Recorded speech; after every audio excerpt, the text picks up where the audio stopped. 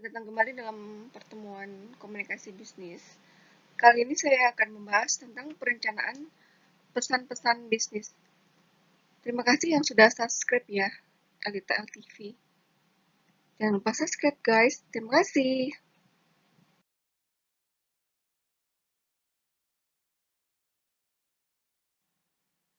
Apa itu definisi pesan bisnis? Nah, pesan adalah suatu komponen dalam proses komunikasi berupa panduan dari pikiran dan perasaan seseorang dengan menggunakan lambang, bahasa atau lambang-lambang lainnya yang disampaikan kepada orang lain. Ini menurut Onong Effendi, definisi pesannya. Berikut, pesan adalah suatu pemberitahuan yang berupa pikiran dan perasaan, kata, atau komunikasi baik secara lisan maupun tertulis yang dikirimkan dari satu orang ke orang lain. Pesan bisnis adalah suatu pesan atau surat yang digunakan oleh pengirim atau source untuk menyampaikan informasi yang tertulis maupun tidak tertulis dalam penyelenggaraan kegiatan bisnis yang diterima oleh orang ataupun organisasi atau sebagai receiver.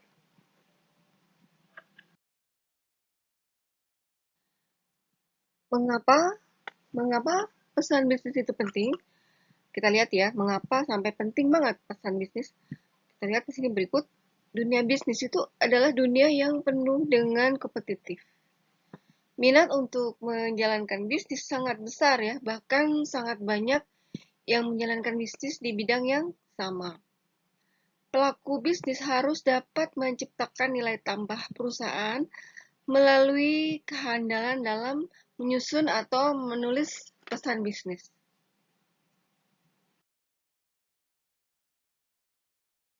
Pesan bisnis digunakan untuk menyampaikan informasi yang ingin disampaikan dalam upaya penyelenggaraan bisnis dengan tujuan tertentu. Pesan yang tidak terorganisasi dengan baik akan mengakibatkan pesan tidak mengenai sasaran atau tidak sesuai dengan harapan. Nah, ini diperlukan persiapan ya, seperti perencanaan pesan bisnis yang ingin disampaikan dengan sebaiknya.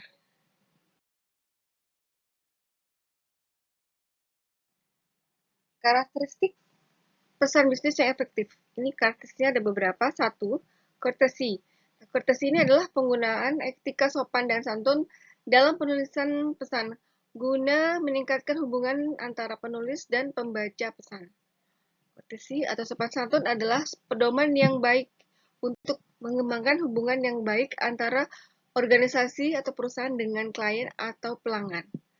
Nah, courtesy atau sopan santun itu termasuk menunjukkan pertimbangan kepada perasaan, posisi, dan minat pembaca.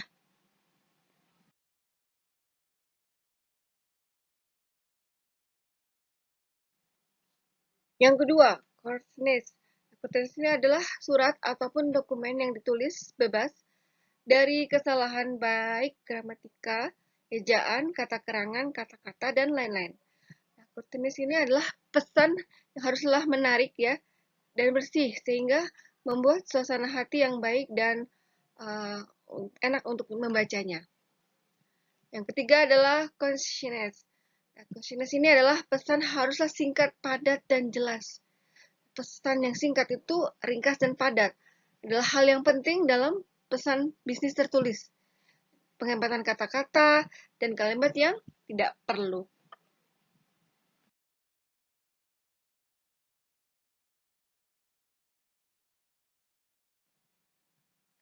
Yang keempat, clarity.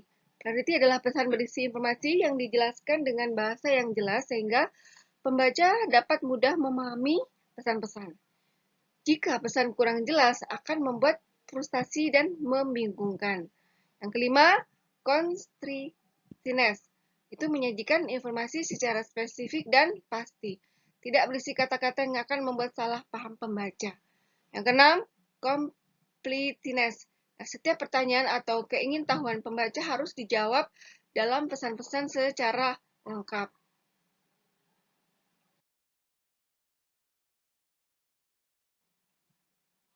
Menurut Bove et al. Tahun 2003, pesan bisnis dikatakan efektif maka harus memiliki karakteristik. 1. Purposeful. Nah, setiap pesan haruslah memiliki maksud atau tujuan purpose yang spesifik. Apakah hanya untuk memberi informasi, memecahkan masalah, atau permintaan untuk melakukan sesuatu dalam rangka mencapai tujuan.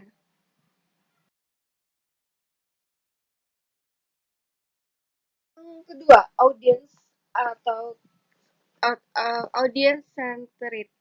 Nah, pesan-pesan bisnis itu haruslah membantu audiens dalam memahami tujuan pesan. Oleh karena itu, pesan haruslah berorientasi kepada audiens, ya, ada audience centered. Nah, memahami kebutuhannya, pandangannya, dan latar belakangnya. Jadi, berkonsentrasi kepada apa yang dibutuhkan oleh peserta atau audiens. Yang ketiga, concise. Nah, ini pesan bisnis harus menghormati waktu setiap orang dengan memberikan informasi secara jelas dan efisien.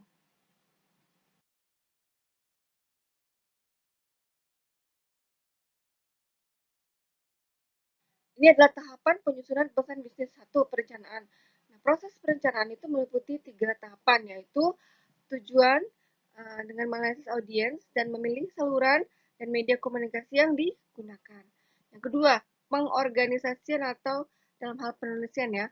Nah, setelah merencanakan pesan, maka langkah berikutnya adalah kita mengorganisasikan ide-ide Anda, maka mulailah membuat draft penulisan. Nah, kata-kata yang akan dituangkan, kalimat, dan paragraf, dan pastinya memilih ilustrasi dan detail untuk mendukung ide utama.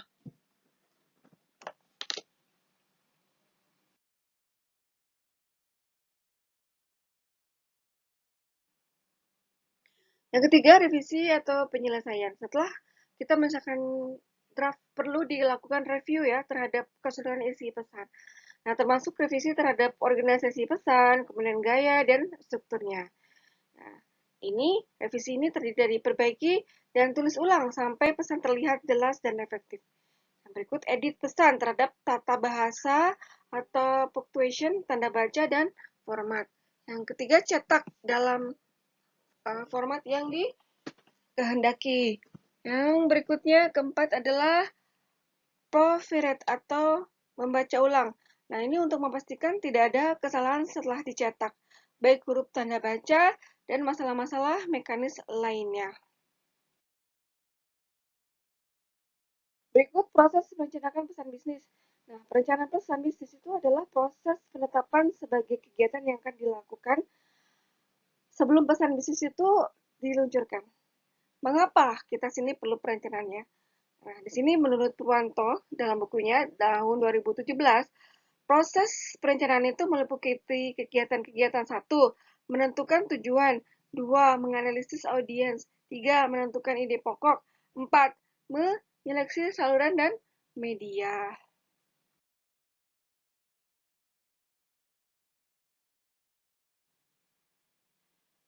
Kita berikut adalah menetapkan tujuan pesan bisnis. Nah, di sini dengan merencanakan sebuah pesan diawali dengan merumuskan tujuan yang jelas dengan menghubungkan kebutuhan pengirim dan menerima. Nah, secara umum ada tujuan pesan bisnis, yaitu satu, memberikan informasi atau kita memberitahu ya tentang segala hal yang berkaitan dengan dunia bisnis kepada pihak lain. Yang kedua, kita melakukan persuasi dengan membujuk ya kepada pihak lain agar apa yang disampaikan tuh dapat dipahami dan direspon sebagaimana yang dikehendaki. Yang ketiga, kita melakukan kolaborasi. Dalam hal ini kita bekerja sama bisnis antara seseorang dengan pihak lain. Setiap pesan ini juga mempunyai tujuan ya. Harus ada tujuan kalau kita berbicara, berkomunikasi itu, yaitu apa yang diharapkan oleh komunikator dan apa yang seharusnya dilakukan oleh komunikan setelah menerima pesan.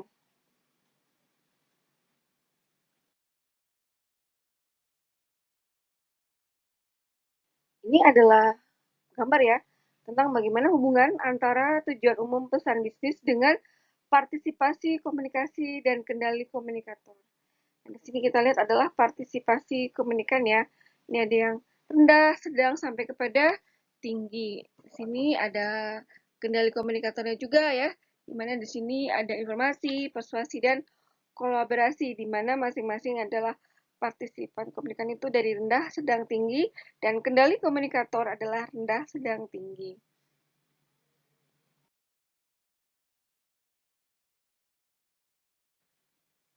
Berikut tujuan pesan bisnis itu dikatakan jelas dan bermakna apabila dapat menjawab 5 pertanyaan. Nah, ini menurut Wolf dan Thiel tahun 2091. Apakah segala sesuatu itu akan berubah ya sebagai akibat dari pesan yang akan dikirimkan? Yang kedua, apakah tujuan pesan itu tersebut realistis? Yang ketiga, apakah waktunya tepat? Yang keempat, apakah pesan ini disampaikan oleh orang yang tepat? Yang kelima, apakah pesan Anda dapat diterima oleh organisasi Anda? Nah, bila jawabannya sebaliknya, maka tunda atau batalkan untuk mengirimkannya.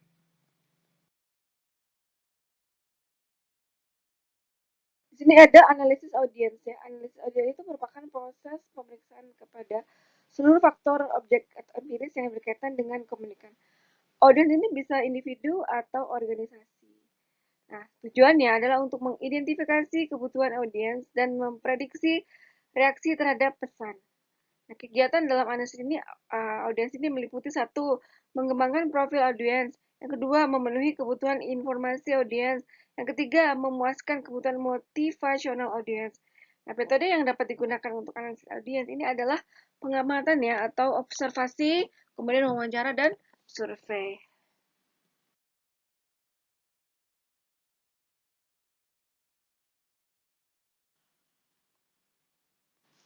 Berikut kita mengembangkan profil audiens. Nah, satu, menentukan ukuran dan komposisi audiens. Nah, di sini ada besar kecilnya dan homogen tidaknya audiens akan menentukan bentuk dan format penulisan pesan. Yang ketiga, kita mengenali audiens utama. Kita kenali dan pastikan orang yang paling berpengaruh ya, atau bertindak sebagai pengambil keputusan.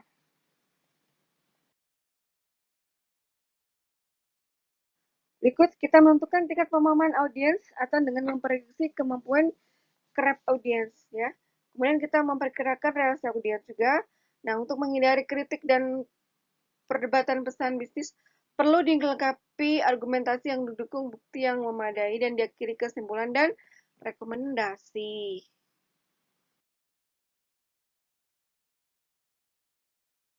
Di sini untuk memenuhi kebutuhan informasi itu ada pedoman ya agar pesan itu bisnis mampu memenuhi kebutuhan informasi audiens. Nah, satu kita temukan ya apakah yang diinginkan oleh audiens dan kita segera penuhi. Yang kedua, antisipasi pertanyaan yang tidak diungkapkan dan informasi tambahan yang relevan perlu diberikan. Yang ketiga, kita berikan semua informasi yang diperlukan. Yang keempat, pastikan ya bahwa informasinya itu akurat dan dapat dipertanggungjawabkan kebenarannya. Yang kelima, tekankan ide-ide yang paling menarik bagi audiens dan kita berikan perhatian khusus.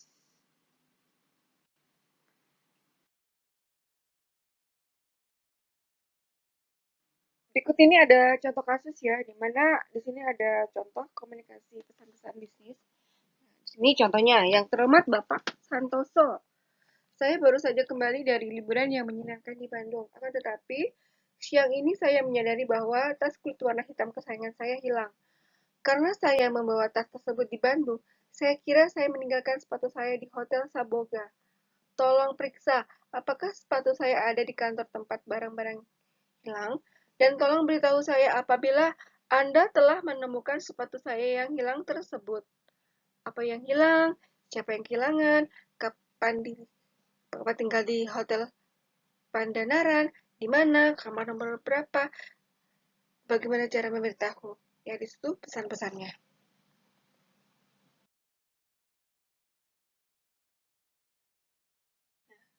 Ini kita dalam memenuhi kebutuhan motivasional audiens ini pesan yang bertujuan membujuk dan bekerja sama seringkali gagal ya dalam mengubah keyakinan atau perilaku audiens.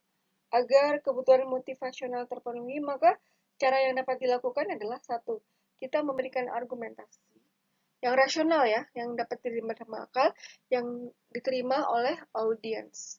Nah, dengan imbauan rasional didasarkan pada asumsi bahwa manusia sebagai pribadi rasional selalu berdasarkan setiap tindakannya pada pertimbangan logika.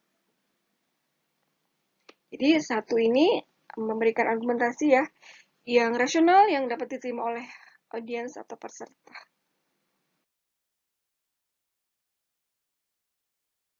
Berikutnya, yang kedua, menggunakan pendekatan emotional audience. Emosional ini pendekatannya berupa imbauan ya. Imbauan emosional artinya pendekatan komunikasi lebih diarahkan pada sentuhan-sentuhan afeksi seperti bangga, suka, benci, dan lain-lain. Berikut kita menentukan ide pokok. Ya. Nah, ide pokok ini merupakan pernyataan tentang suatu topik yang menjelaskan isi dan tujuan topik tersebut sehingga dapat diterima oleh audiens. Nah, syarat ide pokok yang dibuat untuk perencanaan komunikasi itu harus ringkas, langsung pada pokok persoalan, dan memperlihatkan hasil yang akan diperoleh bila kegiatan dilakukan. Nah, kemudian berikutnya adalah penentuan ide pokok dapat dilakukan ya melalui satu menggali ilham atau brainstorming, kemudian tunjuk asasan, kemudian kebiasaan ini terutama untuk peristiwa yang terjadi ulang-ulang.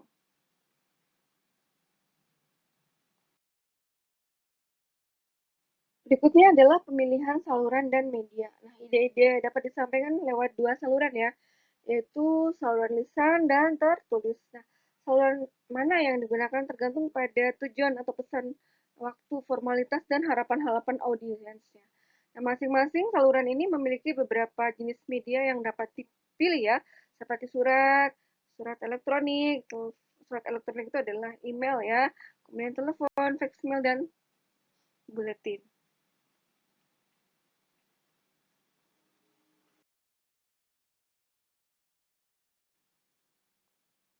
Saluran komunikasi lisan. Nah, di sini ada salurannya, di mana komunikasi lisan itu dapat digunakan apabila satu, diperlukan umpan balik secara langsung dari penerima. Yang kedua, pesan relatif sederhana dan mudah dimengerti. Yang ketiga, tidak membutuhkan catatan permanen. Yang keempat, penerima dapat dikumpulkan dengan mudah dan ekonomis. Yang kelima, ingin mendorong interaksi untuk pemecahan masalah dan pengambilan keputusan.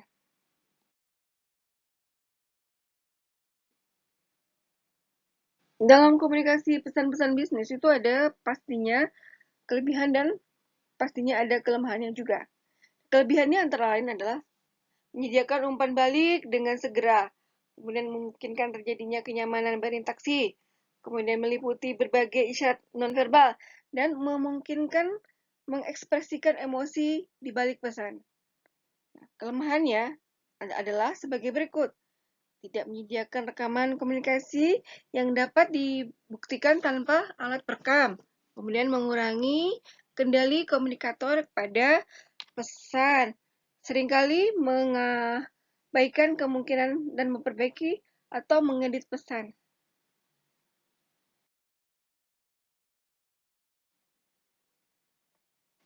Ini ada saluran komunikasi tertulis ya, di mana komunikasi tertulis itu dapat digunakan apabila tidak diperlukan umpan balik ya secara langsung. Yang kedua, pesan itu terperinci dan kompleks.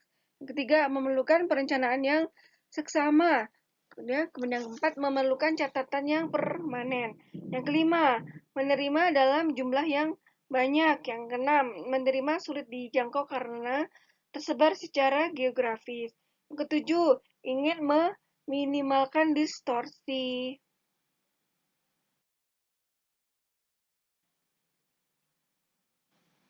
Berikut kelebihannya juga adalah memungkinkan membuat rencana dan mengendalikan pesan, kemudian meninggalkan bukti yang dapat diverifikasi, kemudian meninggalkan distorsi pesan, dan pastinya dapat menjangkau penerima yang secara geografisnya jauh. Ya. Dan kelemahannya itu membutuhkan waktu untuk umpan balik. Kemudian ada kekurangan isyarat nonverbal, terus membutuhkan keterampilan khusus dalam menyiapkan dan memproduksinya. Kemudian membutuhkan banyak sumber daya ya untuk membuat dan mendistribusikannya.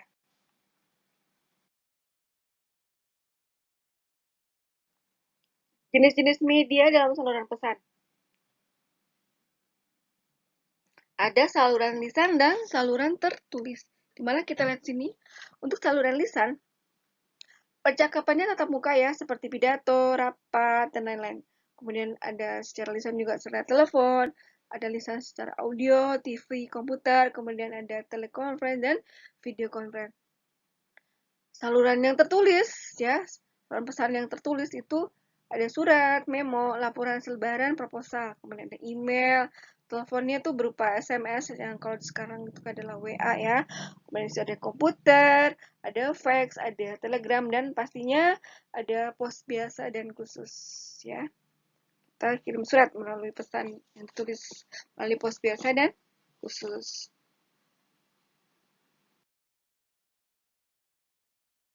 Di sini ada pertimbangan dalam pemilihan media ya, di mana kekayaan sebuah media, yaitu kemampuan media untuk menyampaikan pesan itu kita memfasilitasi umpan balik ya. Di mana di sini ada formalitas sebuah pesan, kemudian ada keterbatasan media sendiri, ada tujuan pengirim, urgensi dan biaya sampai kepada kita bagaimana preferensi atau harapan penerima.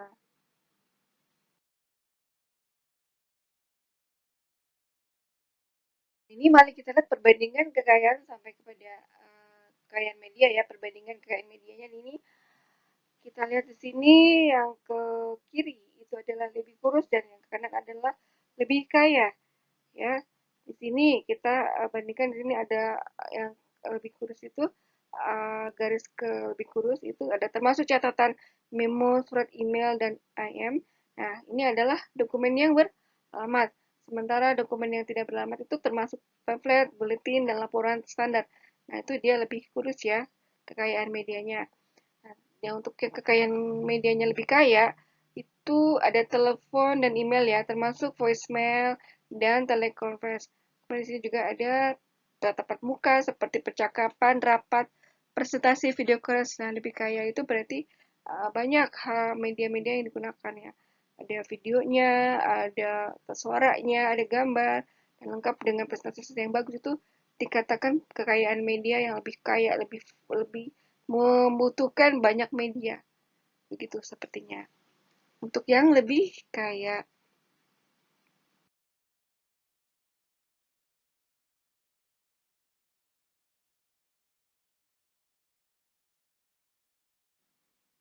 Terima kasih, jangan lupa subscribe ya. Terima kasih juga sudah mendengarkan materi saya tentang perencanaan pesan-pesan bisnis dalam mata kuliah komunikasi bisnis. Terima kasih, sampai bertemu kembali dengan materi yang lebih bermanfaat.